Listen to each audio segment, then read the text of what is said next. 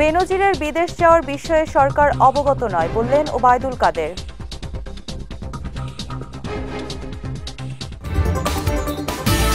রোহিঙ্গাদের দ্রুত ফেরত পাঠানো না গেলে অস্থিরতা তৈরি হতে পারে জানালেন স্বরাষ্ট্রমন্ত্রী। এবং 2040 সালের মধ্যে তামাক মুক্ত বাংলাদেশ করার আহ্বান স্বাস্থ্যমন্ত্রীর।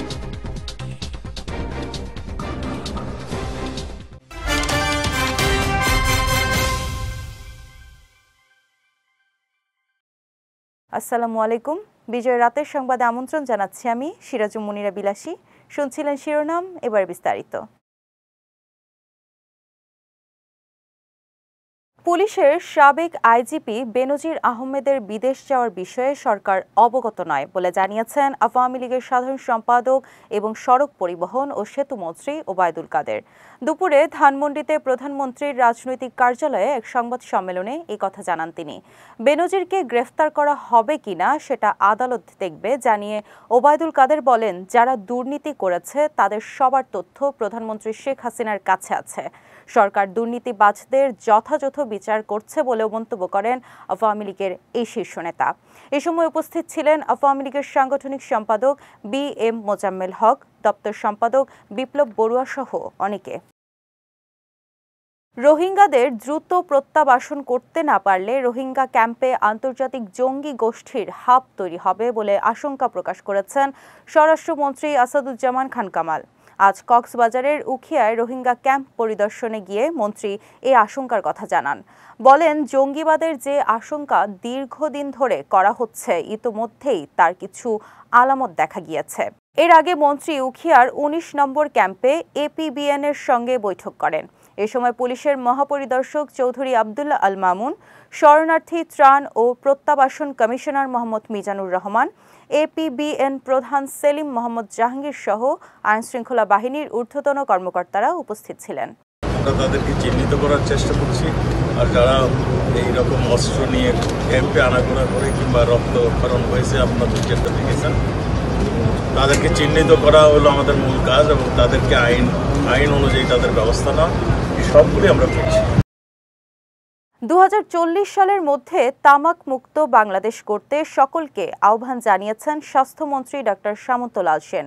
সকালে বিশ্ব তামাক মুক্ত দিবস উপলক্ষে বঙ্গমাতা শেখ ফজিলাতুন্নেসা মুজিব কনভেনশন সেন্টার আয়োজিত অনুষ্ঠানে তিনি আহ্বান জানান। বলেন, সিনেমায় তামাকের দৃশ্য দেখানো বন্ধ করতে হবে।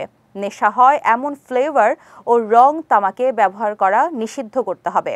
এ সময় আসন্ন বাজেটে তামাকজাত পণ্যের দাম 50 থেকে 90% আনার প্রস্তাব করা হয়েছে বলেও জানান স্বাস্থ্যমন্ত্রী। অনুষ্ঠানে স্বাস্থ্যসেবা বিভাগের সচিব মোহাম্মদ জাহাঙ্গীর আলম, অতিরিক্ত সচিব মোহাম্মদ জিয়াউদ্দিন সহ অনেকে উপস্থিত ছিলেন। সপ্তাহের ব্যবধানে বাজারে দাম বেড়েছে নিত্য প্রয়োজনীয় পণ্যের। আলু, পেঁয়াজ থেকে শুরু করে মাছ, মাংস ও সবজির দামে নাভিশ্বাস উঠেছে ক্রেতাদের। তবে বিক্রেতারা বলছেন, সরবরাহ না থাকায় দাম বেড়েছে পণ্যগুলোর। রাজধানীর কারওয়ান বাজার ঘুরে এমন চিত্রই দেখা গেছে। এদিকে দাম নিয়ে ক্রেতাদের মাঝে দেখা গেছে মিশ্র প্রতিক্রিয়া। কেউ বলছেন দাম কম, কেউ আবার বলছেন দাম অনেকটাই বেশি। অন্যদিকে বিক্রেতারা বলছেন, বাজারে কিছু অসাধু সিন্ডিকেট এবং সরবরাহ ঘাটতি থাকায় দাম বাড়ছে পণ্যের। এবার জেলা সংবাদ।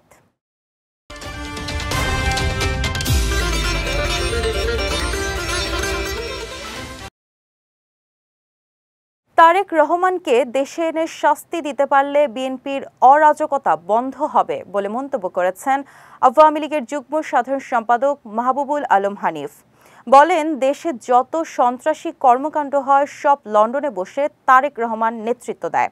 সকালে কুষ্টিয়া শহরের পিটিআই রোডে নিজ বাসভবনে সাংবাদিকদের এসব কথা বলেন তিনি।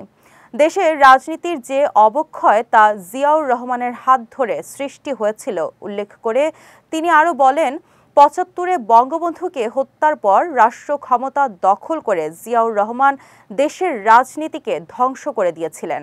এ সময় কুষ্টিয়া ২ আসনের সংসদ সদস্য কামারুল আরেফিন সহ বিভিন্ন পর্যায়ের নেতাকর্মীরা উপস্থিত ছিলেন। তারেক রহমানের দেশে বিচার করে শাস্তি দিতে পারলে তাহলে এই যে অরাজকতা বিএনপির পক্ষ থেকে যেগুলো করা হয় সেটা অনেকটা বন্ধ হবে। কারণ এই দেশে যত সন্ত্রাসী কর্মকাণ্ড তো বিএনপি নেতৃত্ব হয় এবং সেটা ওই লন্ডনে বসে তারেক রহমানের নির্দেশেই হচ্ছে। পাবনার ঈশ্বরদী উপজেলার মহাদেবপুরে সুমনা খাতুন নামে এক গৃহবধূর রহস্যজনক মৃত্যু হয়েছে। সকালে উপজেলার শাহাপুর ইউনিয়নের মহাদেবপুর গ্রাম থেকে তার মরদেহ উদ্ধার করে পুলিশ। এদিকে এই ঘটনার পর থেকে তার স্বামী, শ্বশুর ও শাশুড়ি পলাতক রয়েছে। নিহতের বাবা জানান, প্রায় ৮ মাস আগে মহাদেবপুর গ্রামের সম্রাট হোসেনের সঙ্গে বিয়ে হয় সুমনার। বিয়ের পর থেকেই শ্বশুরবাড়ির সদস্যরা সুমনার উপরে নির্যাতন চালাতো বলেও জানান তিনি। এই ঘটনায় ঈশ্বরদী সার্কেলের অতিরিক্ত পুলিশ সুপার বিপ্লব কুমার গোস্বামী জানান, মরদেহ উদ্ধার করে ময়নাতদন্তের জন্য পাবনা মেডিকেল কলেজ হাসপাতাল মর্গে পাঠানো হয়েছে। ব্রাহ্মণবাড়িয়ায় পিকআপের সঙ্গে সিএনজি চালিত অটোরিকশার মুখোমুখি সংঘর্ষে 2 জন নিহত হয়েছেন। এই ঘটনায় আহত হয়েছেন আরও 2 জন। সকালে কুমিল্লা সিলেট মহাসড়কের সুহিলপুর পল্লী বিদ্যুৎ এলাকায় এই দুর্ঘটনা ঘটে। ব্রাহ্মণবাড়িয়া মডেল থানার ভারপ্রাপ্ত কর্মকর্তা আসলাম হোসেন জানান, খাটিহাতা বিশ্বরোড মোড় থেকে একটি সিএনজি চালিত অটোরিকশা যাত্রী নিয়ে যাওয়ার পথে বিপরীত দিক থেকে আসা একটি পিকআপ সিএনজিকে চাপা দেয়। এতে ঘটনাস্থলে সিএনজির 2 যাত্রী নিহত হন। পরে দুর্ঘটনায় আহতদের উদ্ধার করে হাসপাতালে পাঠায় স্থানীয়রা। যাচ্ছি খেলার সংবাদে।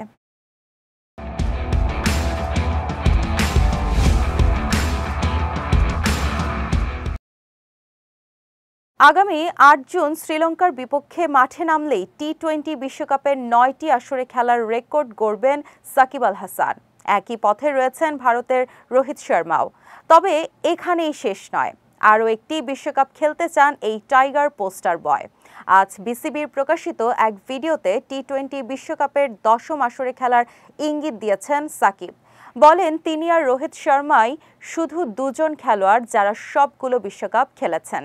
এ সময় বাংলাদেশ যেন অন্যান্য যে কোনো বিশ্বকাপের চেয়ে ভালো রেজাল্ট করে আসতে পারে সেই আশাও ব্যক্ত করেন বিশ্বসেরা এই অলরাউন্ডার। কোপা আমেরিকার পর্দা উঠতে বাকি রয়েছে আর মাত্র কয়েকদিন। এরই মধ্যে আন্তর্জাতিক ফুটবলকে বিদায় জানিয়ে দিলেন উরুগুয়ের সেন্টার ফরওয়ার্ড এডিনসন কাভানি। সামাজিক যোগাযোগ মাধ্যমে দেয়া এক বিবৃতিতে অবসরের ঘোষণা দেন তিনি। ফলে 37 বছরের ক্যারিয়ার থামল উরুগুয়ের ইতিহাসে দ্বিতীয় সর্বোচ্চ গোলদাতা কাভানির। 2011 সালে সবশেষ কোপা আমেরিকা জিতেছিল উরুগুয়ে। চ্যাম্পিয়ন ওই দলের সদস্য ছিলেন কাভানি। জাতীয় দলের জার্সিতে সবশেষ 2022 সালের কাতার বিশ্বকাপে দেখা গেছে কাভানিকে। তবে গত বছরের মেতে মার্সেলো বিয়েলসা উরুগুয়ের কোচ হয়ে আসার পর থেকে এখন পর্যন্ত দলে ডাক পাননি তিনি। বিজয় রাতের সংবাদ শেষ করার আগে শিরোনামগুলো দেখে নিচ্ছি আরও একবার।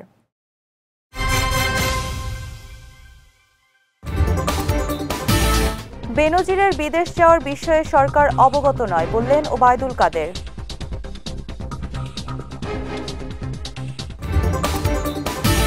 রোহিঙ্গাদের দ্রুত ফেরত পাঠানো না গেলে অস্থিরতা তৈরি হতে পারে জানালেন স্বরাষ্ট্রমন্ত্রী। এবং 2040 সালের মধ্যে তামাক মুক্ত বাংলাদেশ করার আহ্বান স্বাস্থ্যমন্ত্রীর।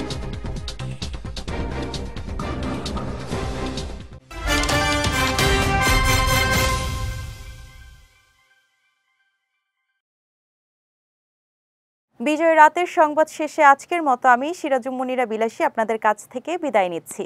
আগামীকাল একই সময় নতুন সব খবর দেখতে চোখ রাখুন বিজয় টিভিতে। এছাড়াও আজকের বিজয় রাতের সংবাদের ভিডিও দেখতে পারেন আমাদের ইউটিউব এবং ফেসবুক পেজে। আমাদের ইউটিউব হলো youtube.com/bijaytvofficial এবং আমাদের ফেসবুক পেজ হলো facebook.com/bijaytvlimited। এতক্ষণ সঙ্গে থাকার জন্য ধন্যবাদ সবাইকে।